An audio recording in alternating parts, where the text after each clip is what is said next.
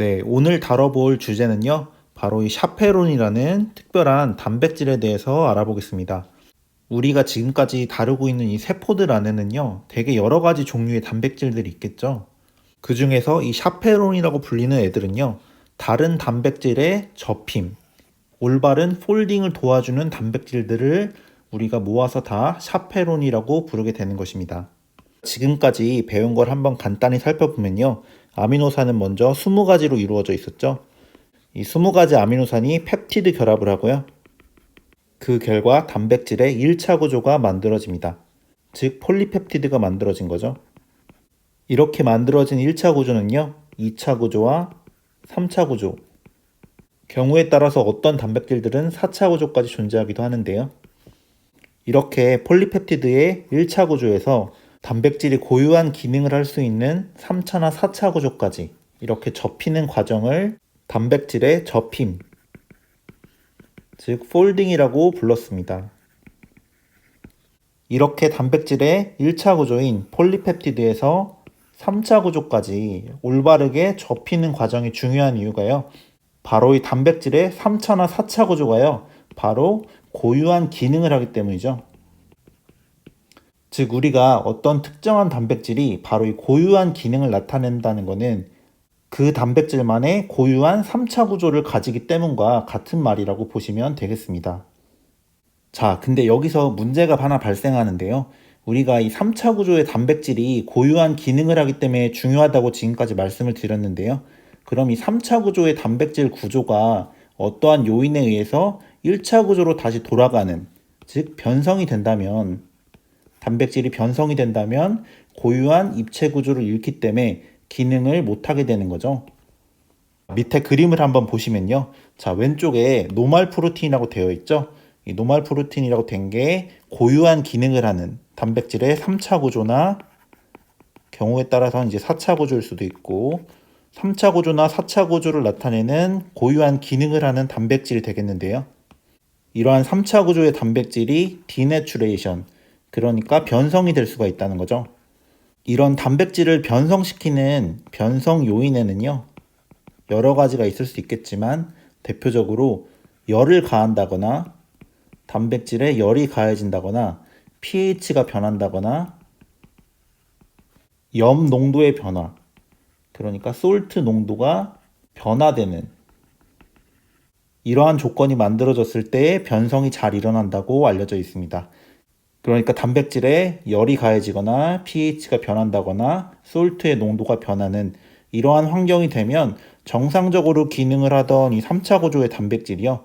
변성이 돼서 이렇게 1차 구조로 풀리게 되겠습니다. 이렇게 변성이 되면 더 이상 고유한 기능을 하지 못하겠죠. 단백질로서의 역할을 하지 못하게 됩니다. 자, 그러면 이제 이 부분에서 오늘의 이야기가 나오는데요. 오른쪽 같이 이제 변성된 단백질이 있다고 할 때요. 이러한 어떤 요인들에 의해서 단백질이 변성이 됐다고 할 때 왼쪽과 같이 기능을 하는 3차 구조로 다시 만들어줄 수는 없을까요? 네, 경우에 따라서는 가능할 수도 있다는 것입니다. 그리고 이때 관여하는 단백질이 바로 오늘 얘기 드릴 샤페론 단백질이 되겠습니다. 자, 이 그림을 통해서요. 샤페론이 어떻게 다른 단백질의 접힘을 도와주는지 한번 같이 보겠습니다. 그림을 보시면 이렇게 원통같이 생긴 게 있죠. 보라색의 원통같이 생긴 얘가 샤페론이라고 생각하시면 되고요. 이 원통같이 생긴 샤페론 단백질 안으로요. 폴리펩티드, 그러니까 변성된 1차 구조의 단백질인 거죠. 변성된 단백질, 폴리펩티드가 이렇게 들어가고 있습니다. 자, 이렇게 변성된 단백질이 샤페론 안으로 들어오고 나서는요. 이렇게 뚜껑이 닫히게 되고요. 가장 오른쪽의 마지막 그림을 보시면요. 이 샤페론으로부터 제대로 접힌 3차 구조로 올바르게 접힌 단백질이 나오고 있습니다. 자, 그러니까 이 원통같이 생긴 샤페론 단백질이 있는데요. 이 샤페론 단백질로 변성된 단백질이 들어가서 안에서 제대로 접혀서 밖으로 다시 내보내준다. 3차 구조로 접어서 내보내준다. 이렇게 보시면 되겠습니다. 자, 그림에서 보신 내용을 글로 한번 정리해 보면요. 우리 세포 안에는 샤페론이라고 불리는 단백질들이 있는데요. 이 샤페론 단백질은요, 다른 단백질들의 접힘, 폴딩을 도와주는 단백질이 되겠고요. 즉, 이 말은요, 새로 생성된 폴리펩타이드, 그러니까 리보솜에서 바로 만들어진 단백질이죠. 1차 구조의 폴리펩타이드나 변성된 단백질, 아까 열이나 pH 변화, 염농도 변화가 있으면 단백질이 변성될 수 있다고 했죠. 이런 변성된 단백질이 있을 때 아까 그림에서 원통 안으로 들어가던 거 기억나시죠? 그 원통 안으로 들어가는 게 바로 이 마이크로 인바이러먼트를 제공한다, 이렇게 보시면 되겠습니다. 그러니까 변성된 단백질인 1차 구조가요, 3차 구조로 제대로 접힐 수 있도록 이런 미세 환경을 제공해 준다. 그래서 올바르게 접힐 수 있도록 도와준다, 이렇게 보시면 되겠습니다. 특히나 이런 샤페론 단백질들은요, 언제 많이 필요할까요?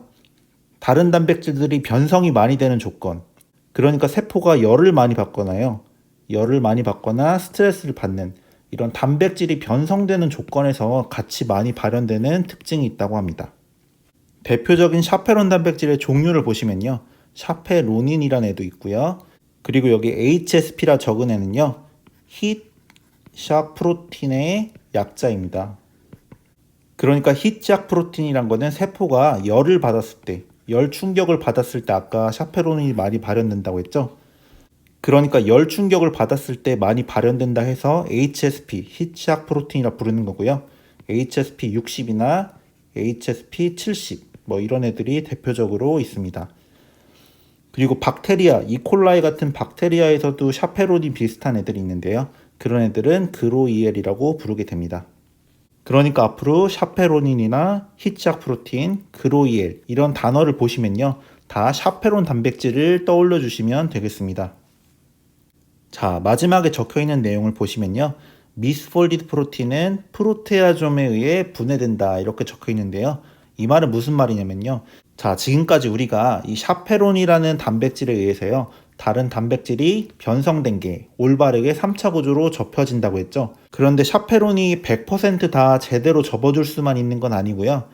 어떤 단백질들은 원래 3차 구조로 돌아가기가 어려운 경우도 있겠죠. 그런 경우에 단백질이 이제 미스폴디드 프로틴이 되겠죠. 한마디로 비정상적인 구조를 가진 단백질이 되겠고요.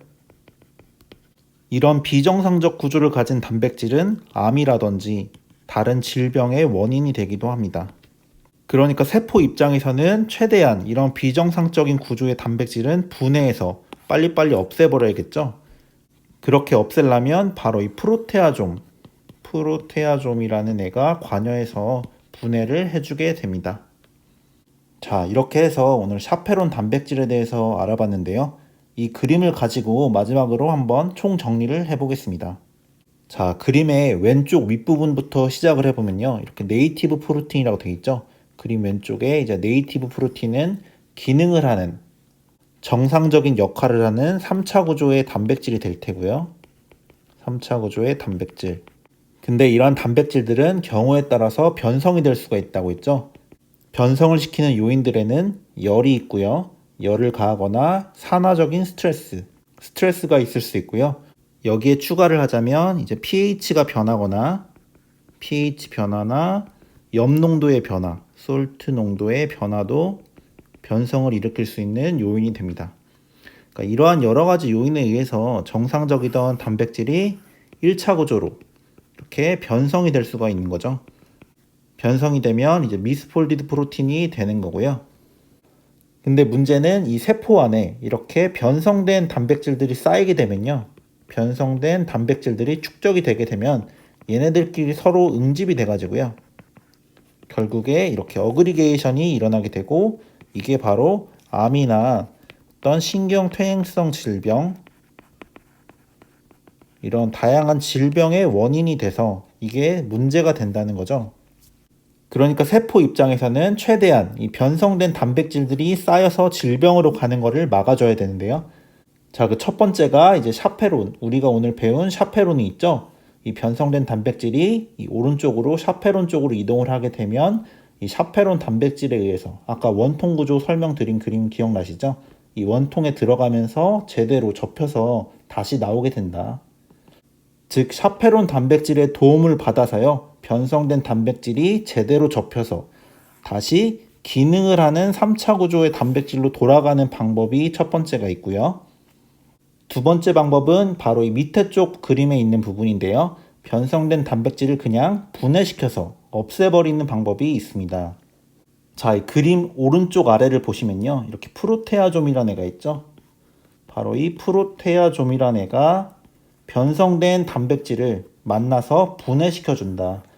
분해해서 없애주는 애를 우리가 프로테아좀이라 부른다. 이 정도 기억해 주시면 되고요.